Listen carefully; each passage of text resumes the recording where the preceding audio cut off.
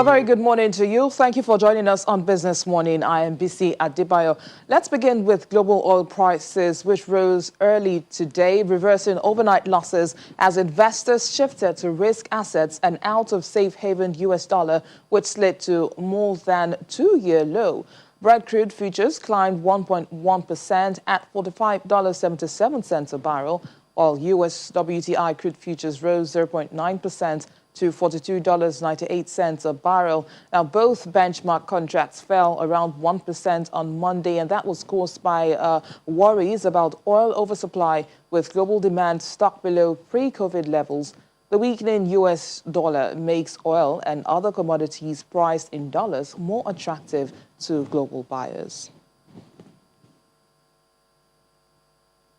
The president of the African Development Bank, Mr. Akinwumi Adesina, is being sworn in today as the head of the multilateral financial institution for a second five-year term. The swearing-in ceremony, which is currently being held virtually, follows his successful re-election on Friday last week after getting 100% votes of all regional and non-regional members of the bank.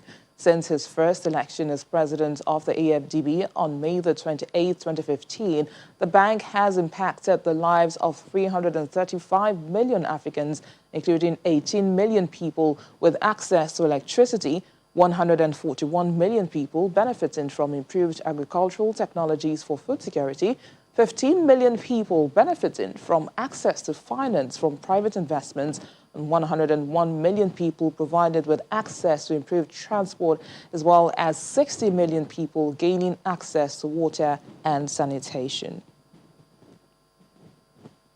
And back in the Central Bank of Nigeria says it will grant more licenses for payment service banks, and that's a move that analysts say could discourage some potential new entrants, including telecom firms, to the digital financial services sector.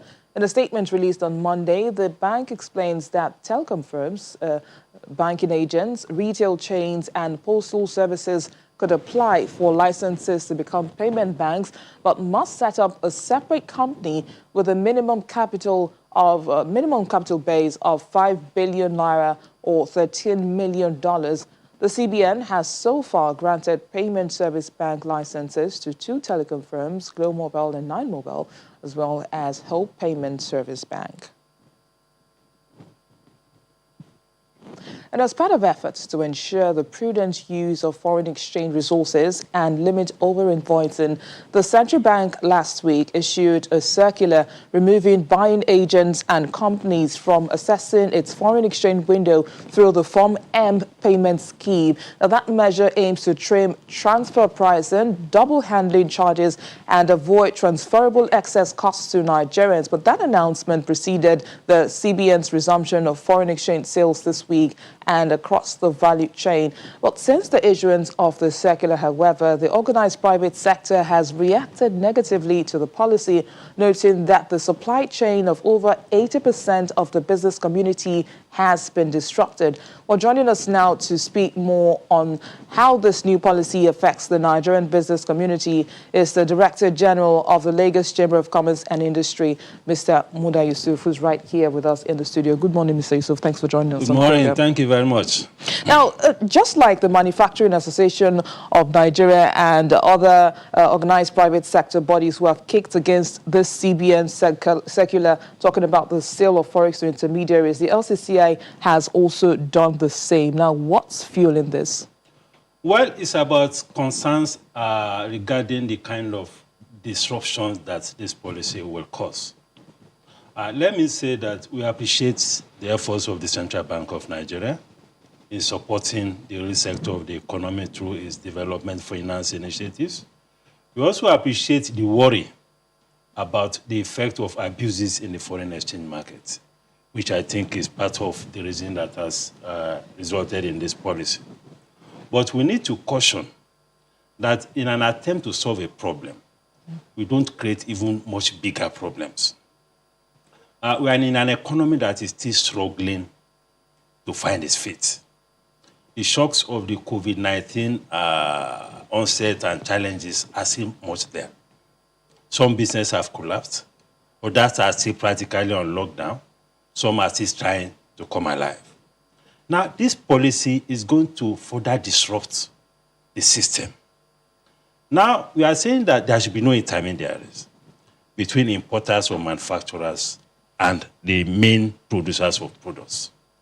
And the challenge here is that majority of the players in this economy are SMEs.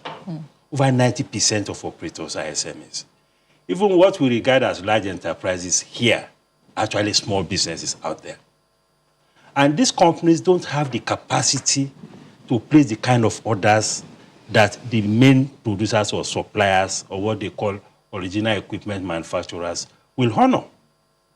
So they don't have an option than to go through agents.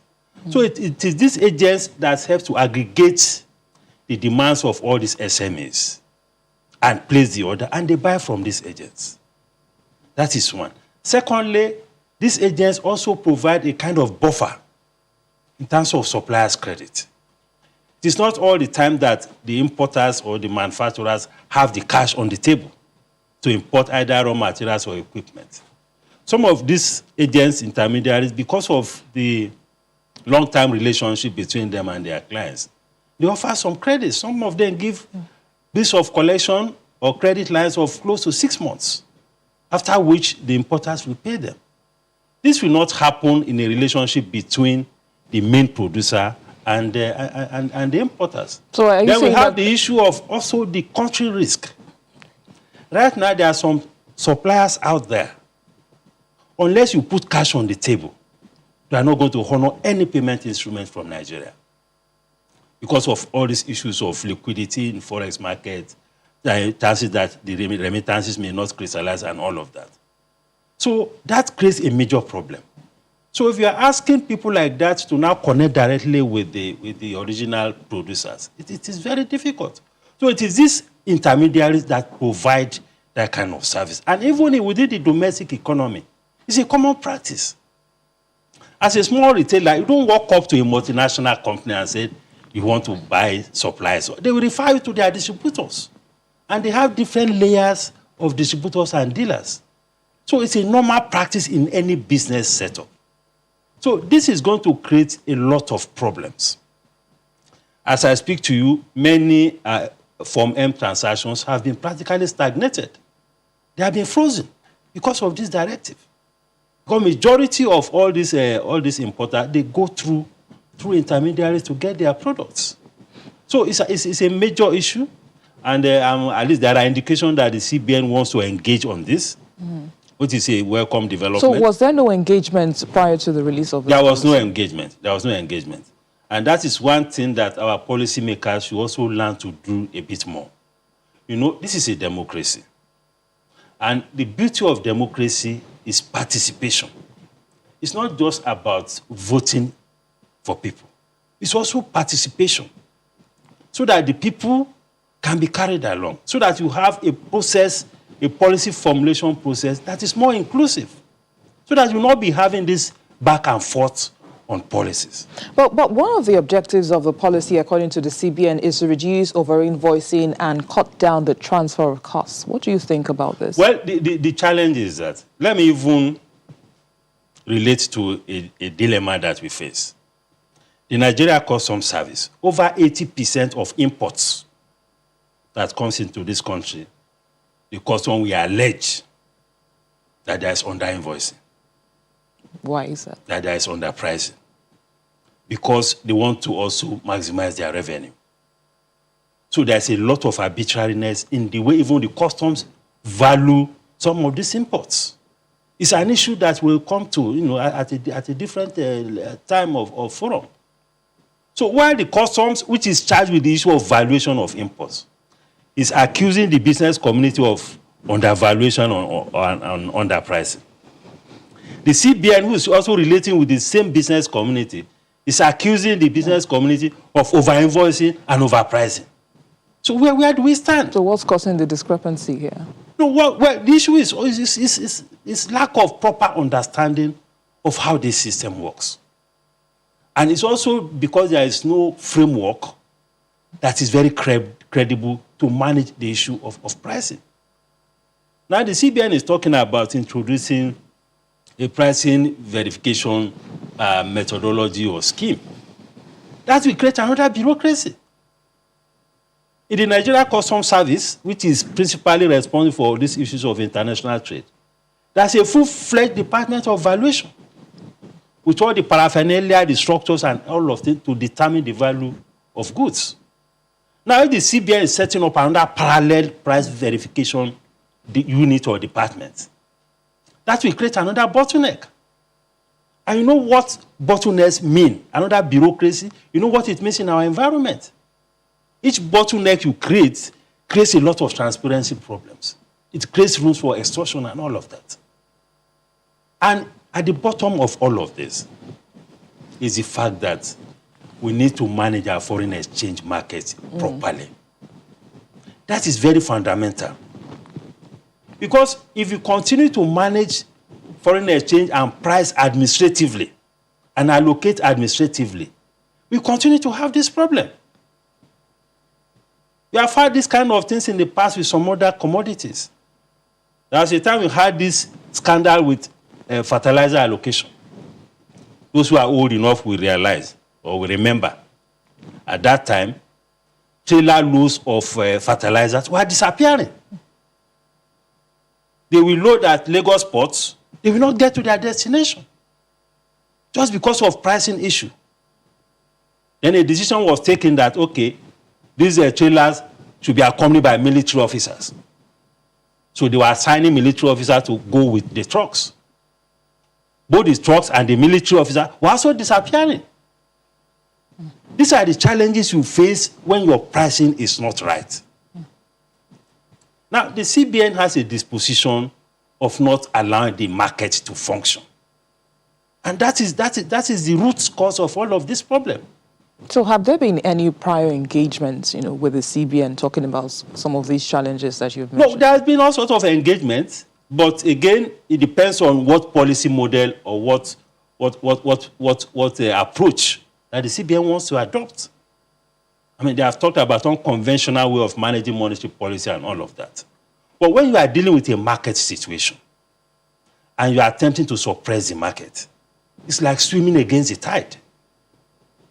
The more you try to suppress, the more complications you create, even for yourself as a regulator.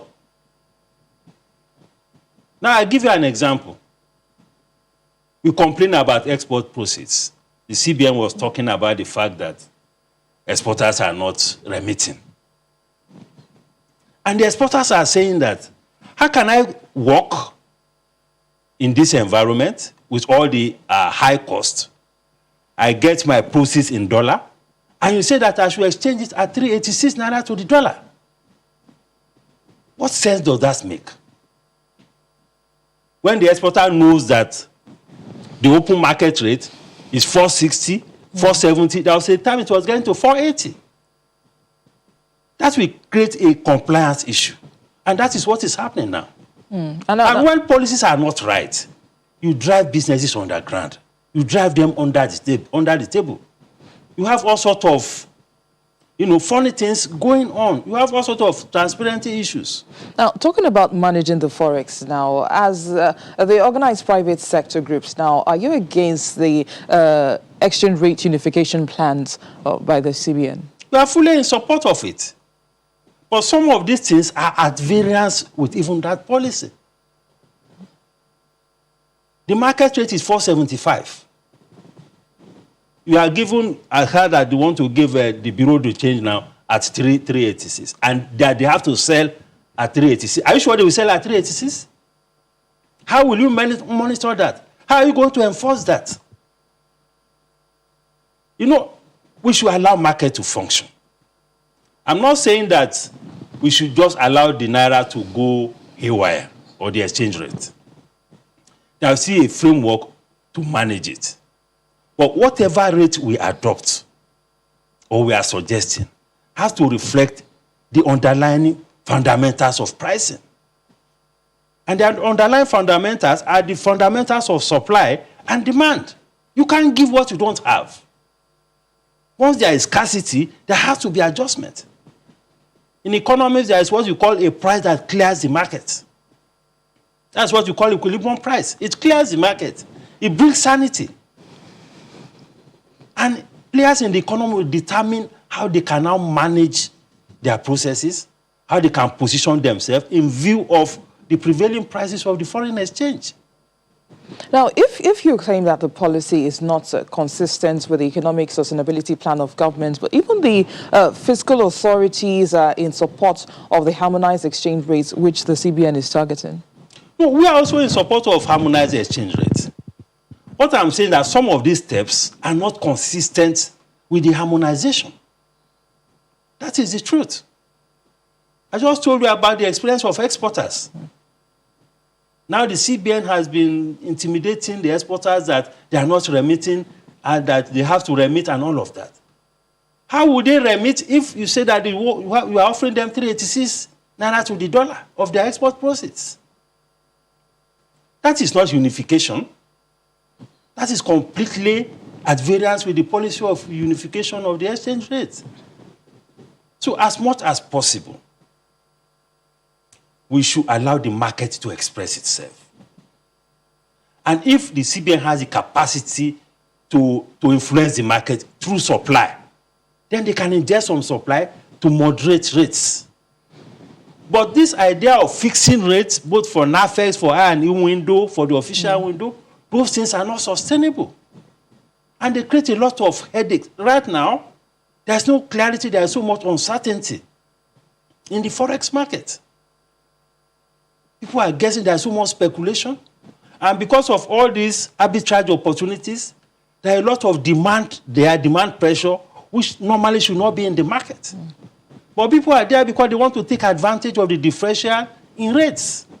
Now, let's talk about another of your concerns, which is the fact that the desperation of the offshore portfolio investors to, of course, exit the country. But would you agree that this is a necessary evil in an open economy like we have? No, well, the thing is that, again, when you have a liquidity problem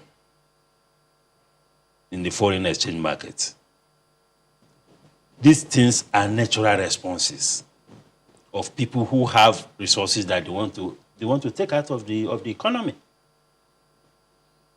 Because it affects confidence.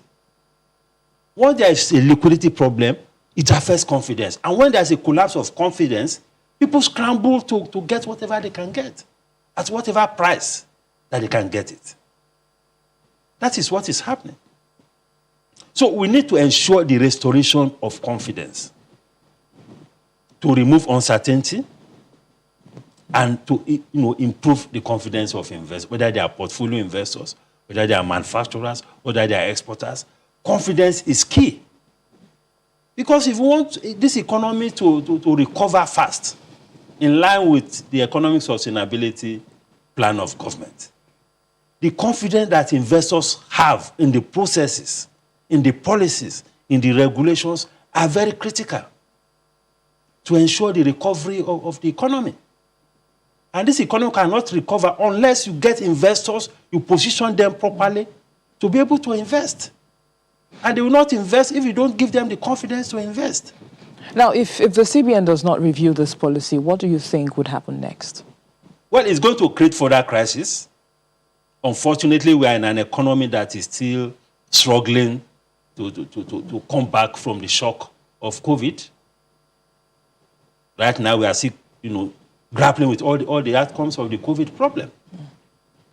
I mean, you see the result of the Q2 numbers, a contraction of 6.1%. We are likely to go into recession in the third quarter.